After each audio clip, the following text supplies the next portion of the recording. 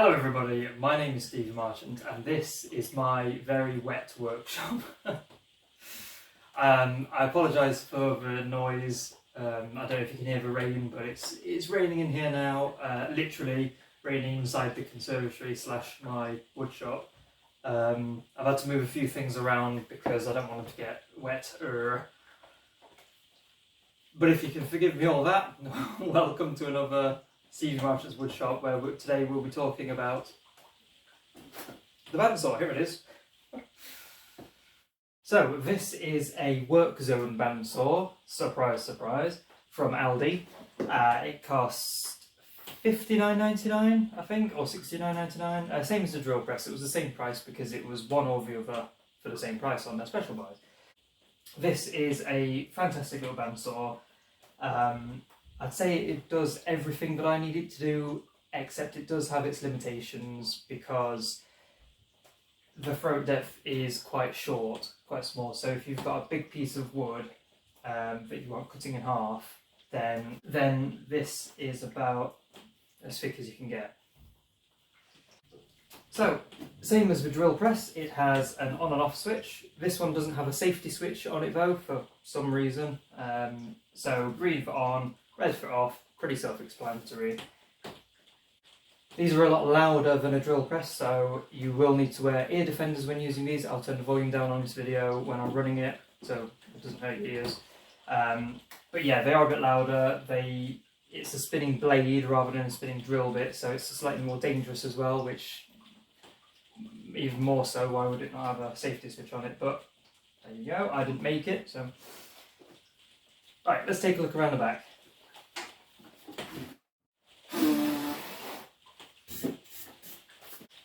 So, aside from all the sawdust, it has a motor on the back, and that drives the bottom wheel, which spins the blade. We'll get more into that later. It has a belt tensioning knob here, and all that does is once you unscrew this knob, it loosens off the upper wheel, which allows you to slide it up and down to either create or disperse tension on the saw blade. Then there's this adjustment knob here, which allows you to move the throat bearing up and down as well. There should be a knob up on the top here, the same as this, but mine broke. And that is just to, like I said before, this one loosens off the wheel and this one allows you to move it up and down to tension or diffuse the tension on the blade. Okay, let's take a look at the front of it. So, bandsaws will have a cover on the front of it where you can inspect the wheels and change the blade over. There's a safety feature on this one which allows you to, once you've opened the cover, it untoggles the switch so you can't turn the bandsaw on to reduce the risk of injury. So we'll unscrew these little screws here, open the doors, and you can see how it works. So this bottom wheel here is connected directly to the motor, and as the motor spins, it spins the top wheel, thereby bringing the blade in a full circle. And if you imagine a jigsaw, if you can remember the jigsaw video, if you know how a jigsaw works, the blade just moves up and down, it jigs up and down. This one works in a similar principle, but instead of the upward motion, it's a continuous down. So the blade is continuously cutting, there's no upstroke on it, it is all cut. So you don't lose any cut power, you don't lose any time on it, it is literally cut, cut, cut, cut, cut, that's all it does. There's no cut, wait, cut, wait, cut, wait. As you can see, there's a little hole at the back here, that was on the back, that's the dust extraction port. You can put your vacuum in there and it'll suck up all this sawdust, well some of this sawdust, from the wheel, and it'll stop it from getting clogged up. As you can see, last time I ran mine I didn't have a dust extraction hose in there and the dust just builds up. Now when you're changing a bandsaw blade, you first have to loosen the wheel, so the knob I showed you at the back, loosen that off. Then you twist this knob here to lower the wheel, and that allows you to slide the bandsaw belt off of here through these slots and through the slot at the front of the bandsaw table. And then you slot that off and put a new one on if that breaks or if you need a different size bandsaw blade.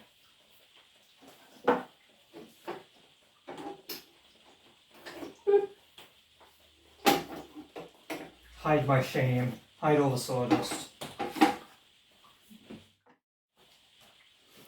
Okay, so if you take a closer look here, you'll see that there is this little arm enclosure here with a bearing in it. Well, it's got two bearings in it. And that is to allow the blade to rest on there and allow it to spin freely. So when you push a piece of wood through, it doesn't push the blade backwards and then get stuck. And it also helps to keep the blade straight and so it doesn't wobble left to right too much. Now if you'll notice on the blade itself, the teeth are pointing downwards. And that's so, as you can see by this arrow here, that's the direction that the blade spins in. So as it's cutting, it's going to keep your workpiece pressed against the table. If you remember the jigsaw and the table saw and circular saw videos, the direction that the teeth go cut in needs to be against the flat of the table or flat of the tool. And what that'll do is it'll stop it from bouncing up. If you're trying to cut something and the blade's pointing upwards, then your workpiece is just going to bounce around and try and jump up out of the machine and hit you in the face, which nobody wants. And there's a similar setup underneath the table, and that does exactly the same thing, just stops it from wandering and has something to press up against if you're pushing the blade too far back, or to stop the blade from being pushed too far back. Okay, so bandsaws have many different functions. They can cut wavy lines in a piece of wood. So, if you remember this, this is going to be on my mascot. This piece of wood. This has been through it all. So, if you imagine this cut that we did on the router went all the way through the wood, you can do that. You can just push it through, wiggle it around, like that, and it will cut a wavy line through it if you want to make a pattern or if you want to cut something, a particular shape. Another function, you can simply cut lengths of wood in half, as long as you only take that much of the wood off at a time, because that's the limitation of the tool. You can only fit a piece of wood in the bandsaw that's not going to hit that. For me, that's a massive downside to one of these tabletop ones because they are so small. You can't even fit this. You can't even fit this in. Let's take that off. So if I wanted to cut this little routed end off here, I wouldn't be able to do it. I'd have to flip the wood over this way, do it that side. But if you had a really long piece of wood, or say if you had a big long piece of wood and you wanted to cut it in half, it wouldn't work. So for example, if you had a big piece of wood like this and you want it directly in half, it's not going to go. That's as far as you'd be able to cut with the bandsaw. However, the thing that most people use the bandsaw for is resawing. And what that means is if you have a piece of wood like this, hey, it's you again, then you can use a rip fence like this, and you can run the piece of wood through the bandsaw and make multiple slices of the same piece of wood, and it'll make it go further. And it also works the other way as well. If you want to just slice the end off, you can chop it like a miter saw, a table saw. It'll just be doing that instead. You just push it through, chop it off, push it through again. Bandsaws are also capable of using different types of blade. So for, like we just said, for resawing wood or for cutting thick pieces of wood, you'd use a thick blade like this one where the teeth are spaced more widely apart. But if you wanted a saw that could do more intricate cuts, if you wanted to do tight circles, if you wanted to do creative patterns, kind of like this one, if you want to do tight curves like this, then you need a thinner bandsaw blade and the teeth will be spaced closer together. And basically the general principle of the bandsaw blades is the thinner the blade is, the tighter a corner, tighter a curve it can cut on the bandsaw. And it's the same with the jigsaw blade as well. If you can remember, we had a thick blade with wide spaced apart teeth. That was good for cutting in straight lines quite quickly. But then with the smaller jigsaw blades, the teeth closer together, they were for cutting tight curves, thinner pieces of wood. I'll give you a demonstration with the trusty piece of wood, but first there's something I've got to do.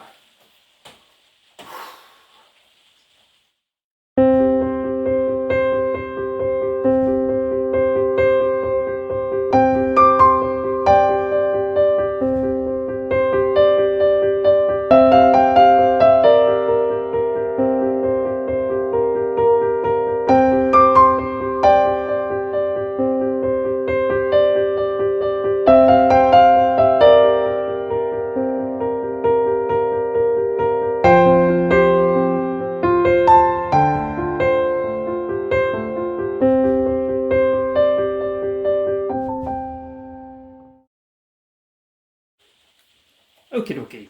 Right. So to demonstrate the bandsaw, I'm going to use the trusty piece of wood. And what we're going to do is we're going to resaw it along this side so we can take away this router cut that we did. And also this round over here. And we're basically going to be left with the darker surface of wood there. We're going to get rid of this lighter side. And for that we're going to use the rip fence, and I'm going to do a rip cut, a resaw cut on the bandsaw. If you think I'm talking a bit funny, it's because I've got my dust mask on. So you do need a dust mask and ear defenders for this because it's loud and there's a lot of dust. So let's get to it.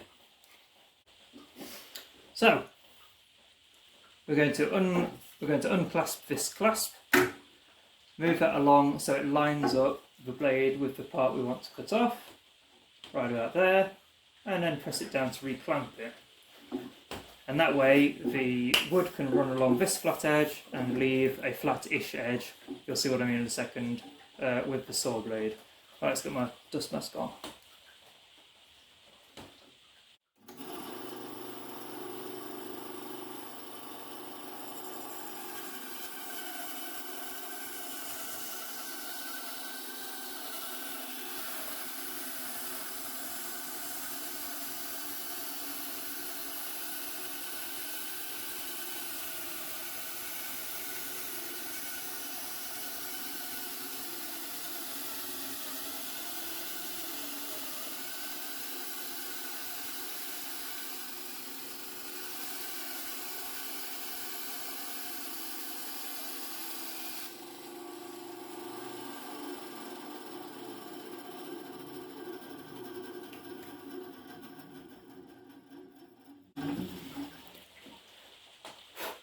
And there you have it.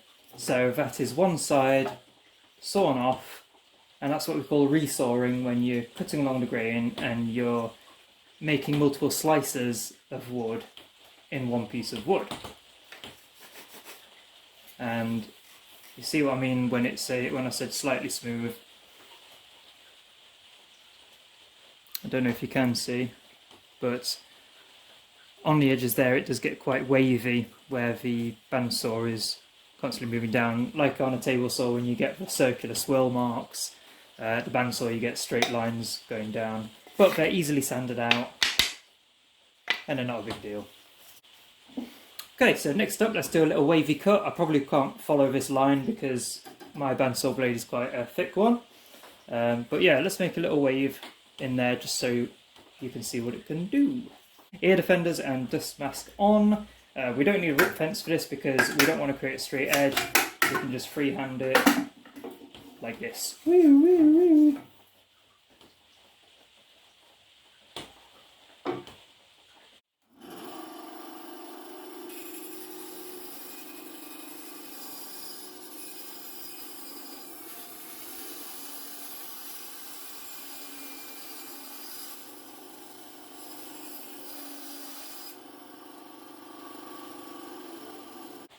And there we are. So, like I said, the wider the bandsaw blade, the wider these curves are going to be. The smaller, thinner the bandsaw blade, you can do really nice tight curves like this. Righty, last but not least, with pretty much most bandsaws, probably every bandsaw, you can tilt the table to a 45-degree angle, and that's great for cutting chamfers on the edge of your wood. If you don't have a hand plane, if you don't want to use a hand plane or a router or anything like that, you can cut 45-degree angles by tilting the table. I pretty much never use that because I have a hand plane, I've got a router, a table saw that can do things like that. It's just easier that way. Right, so let's show you a 45-degree cut on here.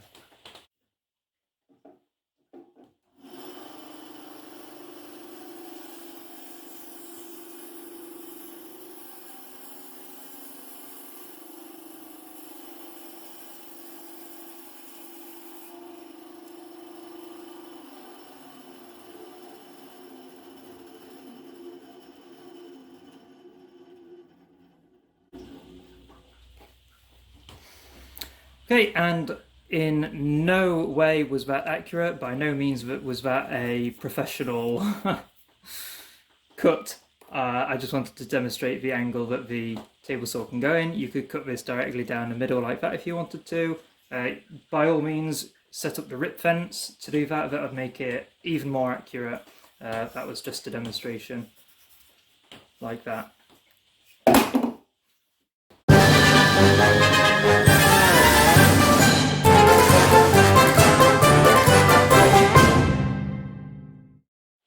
And that pretty much is all there is to a bandsaw, the basics anyway. This one is a 350 watt bandsaw. They're measured in wattages, depending on how powerful they are. Like I said, this one was about $69.99, $59.99, whichever. And this is quite a small one. It has its limitations size-wise. You can get bigger ones. There are floor standing bandsaws, if you can believe that. Huge ones, they're about £6,000, £7,000, but you can cut a lot of things on them. The throat depths are probably about this much rather than that much. So you can fit quite big pieces of wood in there. The distance between the neck and the bandsaw blade are much wider. You can get sort of medium ones, about £3,000, and they go on a floor stand. They're probably only a little bit bigger than this. They'll be more powerful, they'll be more adjustable, easier to use, and the knobs probably won't break on them as easy. And also you can get Festool ones, but they'll probably cost you about 30,000 rather than the 6,000 or 7,000. Again, with this tool, it's not a necessity. You don't absolutely need one. Certainly not. Nobody needs one. But once you do get one, you'll think, "Oh, wow, this is so much easier. Why didn't I get one of these before?" But if you can use a coping saw like this, you can cut curves in wood just as easily by hand. Actually, that's a lie. It's not just as easily. You can cut curves just as well. It'll take a little bit more time, obviously, because you are using your hand and it's an up and down stroke rather than a continuous down one. But the accuracy by far will be improved because you can control every single little stroke and the direction every single turn. And as you can see, because the blade is so thin, you can make tight curves, all sorts of stuff. I don't think I've ever used that. It's one of those tools that you buy because you think, that's a carpenter's tool, that's a woodworker's tool. That made me look like a woodworker. And then you think, well, I've got a bandsaw, I've got a jigsaw, I've got a scroll saw, so why do I need one of those? Don't fall into that trap. Oh, a tool, that'll come in useful. No. You buy things as you need them, and I mean really need them. You don't look at something and go, "Oh, I think I need that." No, you come up to a project that you're doing and you think, I could do with one of these because that will make it so much easier. It'll cut production time. It will be way better than me using a crappy handsaw that I bought for $2.99. So yeah, don't fall into the trap that you just see things and go, I've seen them being used, I'll have one of them. Like I said, this has been sat in my drawer for a couple of years now, and I think I've used it once actually to cut that plastic, but yeah. Anyway, I digress. Thank you all for watching my video. It means a lot to me. I love seeing your comments as well. There's you. I know who you are, not you again, Games. I really do appreciate seeing your comments, and it makes me feel great. So thank you very much for watching. Tune in next Monday for another woodworking video. Please subscribe to my channel if you haven't already. Give this channel a like, give this video a like. Yeah, show your support any way you can. I'm not going to ask for your money, because I don't know how to yet. Have a great week, everybody. I'll see you next time. Bye-bye.